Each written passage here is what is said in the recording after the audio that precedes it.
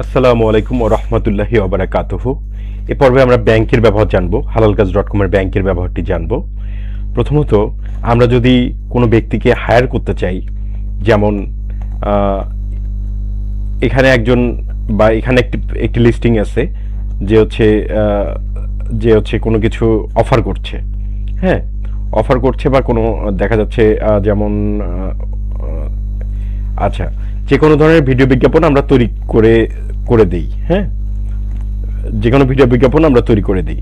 Suppose এনার সঙ্গে আমার মেসেজে কথা হয়েছে, কথা হওয়ার পর দেখা যাচ্ছে আমাকে এখন তাকে পে করতে হবে, তাকে টাকা তার তার তাকে আমাকে টাকা দিতে হবে। তো টাকা দিতে গেলে প্রথমত আমার অ্যাকাউন্টে টাকা থাকতে হবে, তাই না? তো এটার জন্য ব্যাংক একটি অপশন আছে, আমরা ব্যাংকে চলে যাব। সাপোজ আমার দরকার, আমার অ্যাকাউন্টে 1555 টাকা আছে, তো আমি সাপোজ এখানে আরো 7,000 টাকা যুক্ত করব। একক দশক শতক হাজার, 7,000 টাকা। ঠিক আছে, 7,000 টাকা যুক্ত করব। এরপর 7,000 টাকা লিখে বাই নাও ক্লিক দেব। বাই নাও ক্লিক দেওয়ার পর তারপর এরকম একটি ফর্ম আসবে যে বিকাশ অথবা ওয়েস্টার্ন ইউনিয়নে, বিদেশে থাকলে ওয়েস্টার্ন ইউনিয়নের মাধ্যমে পেমেন্ট করতে পারবেন অথবা বিকাশের মাধ্যমে পেমেন্ট করতে পারবেন। এরপর কন্টিনিউ করার পর এখানে ডিটেলস দেওয়া আছে। তো তাহলে বিকাশ ওয়েস্টার্ন ইউনিয়নে কীভাবে পে করতে হবে এবং বিকাশে কীভাবে পে করতে হবে তার দুটোই দেয়া আছে এখানে। বিকাশে পেমেন্ট করার জন্য এই নাম্বারটিতে অবশ্যই 7,000 টাকা আমাদের পে করতে হবে। ঠিক আছে, 7,000 টাকা পে করতে হবে এই নাম্বারে 7,000 টাকা পে করলেই দেখা যাচ্ছে চলে যাবে আর কি। 7,000 টাকা পে করলেই অ্যাকাউন্টের মধ্যে ব্যালেন্সটা জমা হবে। ব্যালেন্সটা জমা হওয়ার পূর্বে যেটি দেখাবে সেটি হচ্ছে পেন্ডিং এ ব্যাংক ট্রান্সফার। সাপোজ আমি 7,000 টাকা বা হচ্ছে $70 আমি ডিপোজিট করেছি, এটি দেখা যাচ্ছে ব্যাংক ট্রান্সফারের মাধ্যমে বা বিকাশের মাধ্যমে। তো এটি পেন্ডিং দেখাচ্ছে, এটা আসলে এখনো ট্রান্সফার হয়নি।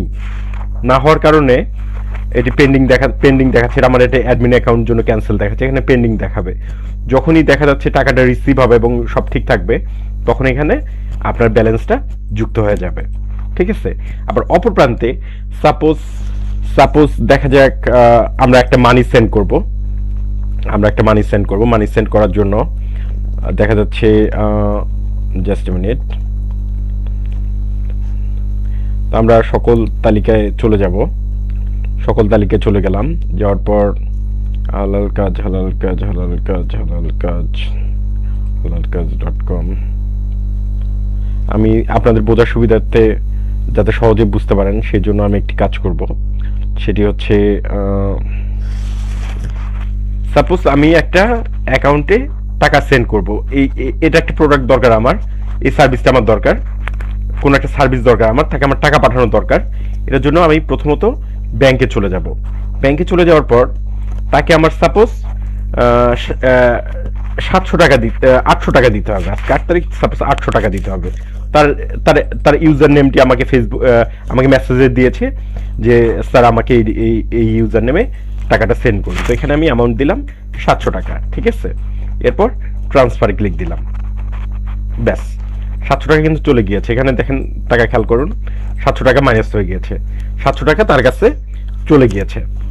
হ্যাঁ, 700 টাকা যে অ্যাকাউন্টেতে পাঠিয়েছি সেই অ্যাকাউন্টে 700 টাকা চলে গিয়েছে। এখন সে কাজ করে দিলে, আপনাকে যদি কাজ করে দেয় বা কাজ করার কথা বলে, তাহলে আপনি এটার মাধ্যমে এইভাবে মানি সেন্ড করে সুন্দরভাবে কাজটা করে নিতে পারবেন। তো এই ছিল ব্যাপার, এটা হচ্ছে ব্যাংকের ব্যবহারটা ঠিক এরকম। তো আশা করি আপনি বুঝতে পেরেছেন। ধন্যবাদ। আসসালামু আলাইকুম ওয়া রাহমাতুল্লাহি ওয়া বারাকাতুহু।